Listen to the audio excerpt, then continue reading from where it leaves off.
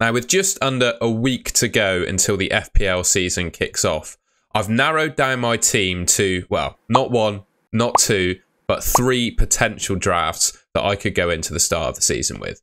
And I'm going to go through them in this video.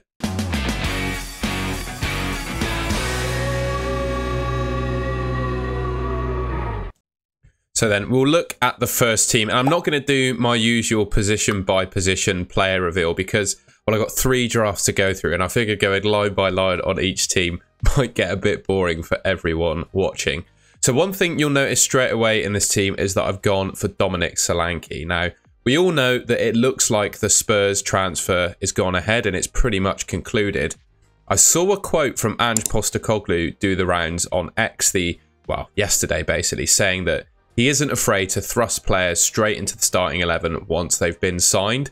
And I think with the fixtures that Spurs have to open the season, that could be a really good thing for Dominic Solanke. Now, under each of the players here, I've got the Fantasy Football Hub expected points total. Because the Solanke transfer hasn't been nailed on confirmed at the time that I'm recording this video, we don't have an updated expected points total for Solanke yet. But I think playing for Spurs, you know, a more, I would say, better team for scoring goals than Bournemouth. He might not necessarily be taking penalties though.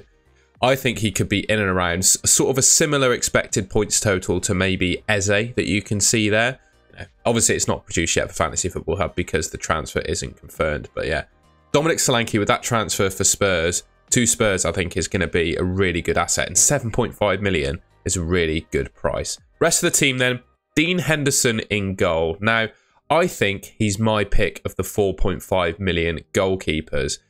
I would say I am put off him slightly if Mark Gahey leaves because I do think that leaves a big hole in the Crystal Palace defence. But going forward from the start of the season, Crystal Palace have two pretty decent fixtures. And I would expect Dean Henderson to keep, regardless of whether he keeps a clean sheet, a good amount of saves per game. So, you know, for me, the best goalkeepers in FPL season on season are not necessarily ones that keep a boatload of clean sheets or ones that get a boatload of saves and don't keep clean sheets. It's a balance of the two. You know, a goalkeeper that pretty much guarantees you saves bonus every game and then keeps sort of 9 or 10 clean sheets across the season. That's what Jordan Pickford did last year. You can probably remember historic top scoring keepers across the seasons gone by. You know, they make consistent saves bonus and keep a decent amount of clean sheets. And I think Crystal Palace will really tick that box. In terms of my defence, I've gone for Guardiola, Mykolenko and Lewis Hall. Guardiola, I really like the attacking upside that he brings. Looks like he's going to be playing that basically left wing, left back role for Man City to start the season off. Mykolenko, Everton kept 13 clean sheets in the league. I think particularly at Goodison Park, they've got a really good defence. Sean Dyche obviously likes to set the team up defensively. And Mykolenko, if you look at the starting four that Everton probably line up with, I would say he's the most attacking of the four and most likely to get attack in return. So for that reason, I've gone for him. And then Lewis Hall of Newcastle, I'll admit he's a bit of a risk, but by looking at the positions he's been taking up in pre-season, he's been extremely attacking for Newcastle. And now he's back fit, I think I'd heavily back him to start for Newcastle. So I really like him as an option. Southampton and Bournemouth, first couple of fixtures. I think he could do really well there. Mo Salah is the top expected points player for Game Week 1 according to Fantasy Football Hub. He's got Ipswich away. Absolutely fantastic fixture. He's going to be my captain and I think should be nailed on in your team for Game Week 1. Not really much to discuss about him. Anthony Gordon with Southampton at home. Done really well in pre-season. Well, in the last pre-season game that he played at least. Scored a goal against Girona. He obviously had a really strong season last year. 90-minute nailed-on man for Newcastle.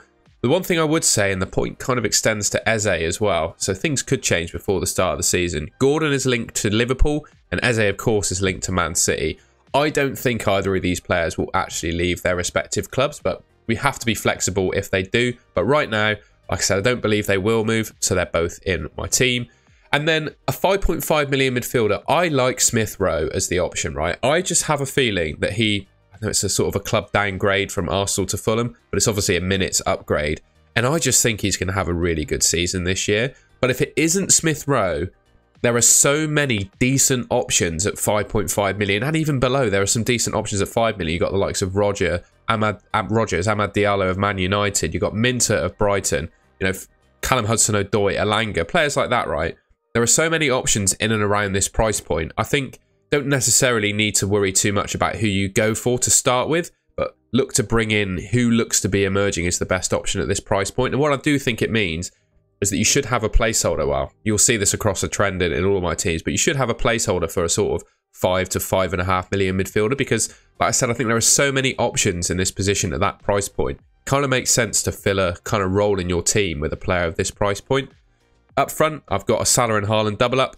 I've got Haaland, Isak, and of course, Dominic Solanke.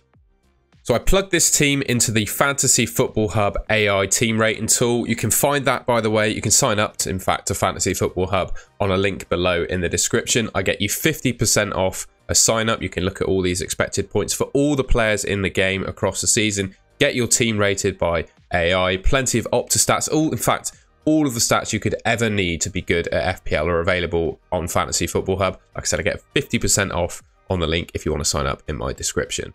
Now, the AI rating is affected a little bit by the fact that Solanke is in limbo between, obviously, Tottenham and Bournemouth at the moment. By the time this video comes out, he may have already moved across. Now, I think he probably scores, his projected points should be 5 to 6, I'd say, for game week 1. Boosting, of course, then the total team's expected points to 65, 66. And I would say the AI rating should be 93, 94%. And obviously, that relies on Solanke moving to Spurs and getting an expected points total. But yeah, so just one thing to bear in mind when looking at the AI rating. Of course, the Solanke move isn't complete at the time of looking at this video. So, of course, his expected points are not going to be updated yet. But I think this is a pretty respectable team.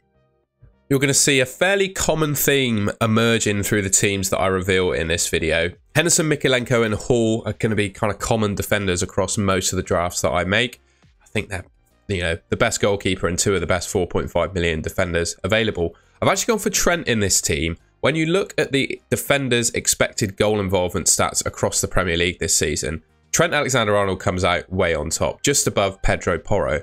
Comparing the two, though, I would say Trent is definitely going to get more clean sheets than Porro this season, and I would expect him to get more attacking returns. And when I look at Trent as an asset in FPL, I look at him as a player that can pretty much guarantee to get you returns through 3 different means, which you can't really say about really any other defenders in the game. You can guarantee he's going to score at least some goals in a season. He's going to get a decent amount of assists. And Liverpool, they're pretty good defensively, right? I do expect them to keep a decent amount of clean sheets. I guess the one question about Trent is, because he was pictured on holiday just last week, is he going to be straight back into that Liverpool starting 11 for game week 1? I think he's just so important to Liverpool. He's probably one of their best players. I think he gets thrust straight back into that 11. But of course, there is a risk that he doesn't necessarily start in game week 1. Midfield, 4 of them the same: Salah, Gordon, Eze, and Smith Rowe.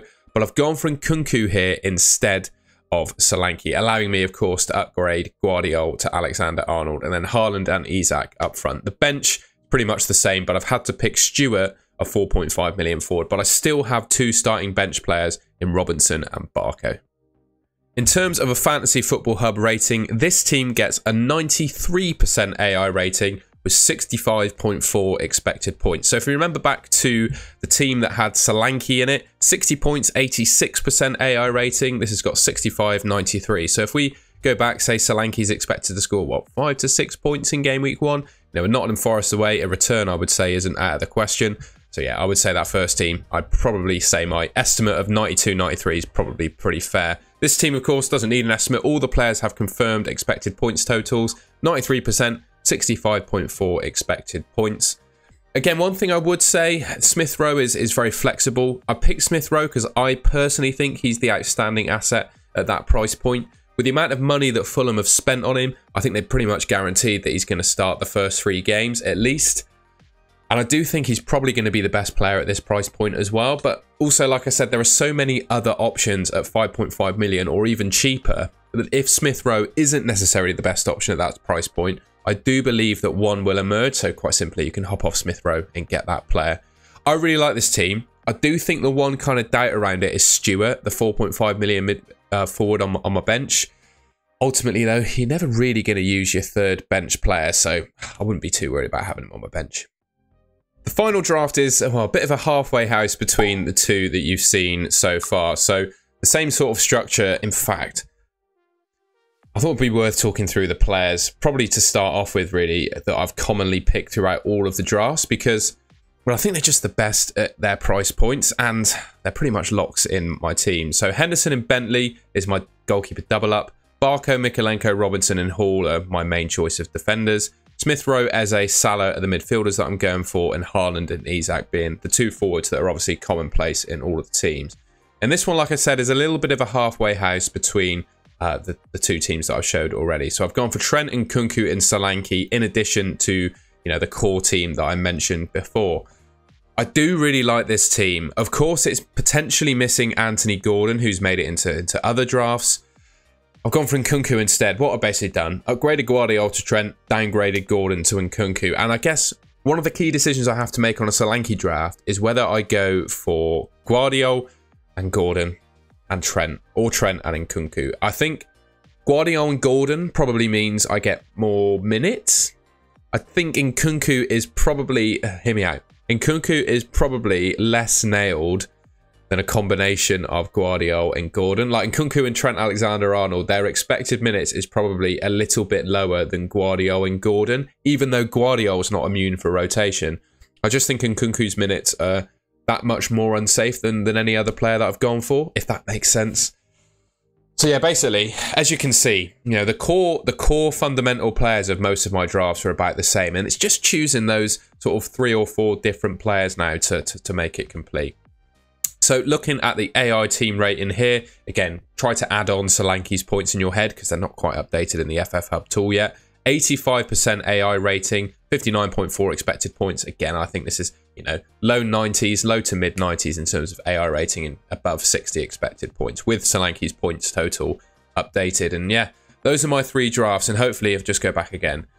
I think the important thing to demonstrate or get out of this video is the core players that I'm looking to pick in my team. In fact, I don't think I've necessarily spoken about all of them in great detail, particularly the defenders.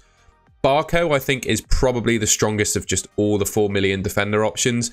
Estupinian is injured at the moment, and it does look like Barco will probably start for Brighton. However, they are looking at signing other players in that position already.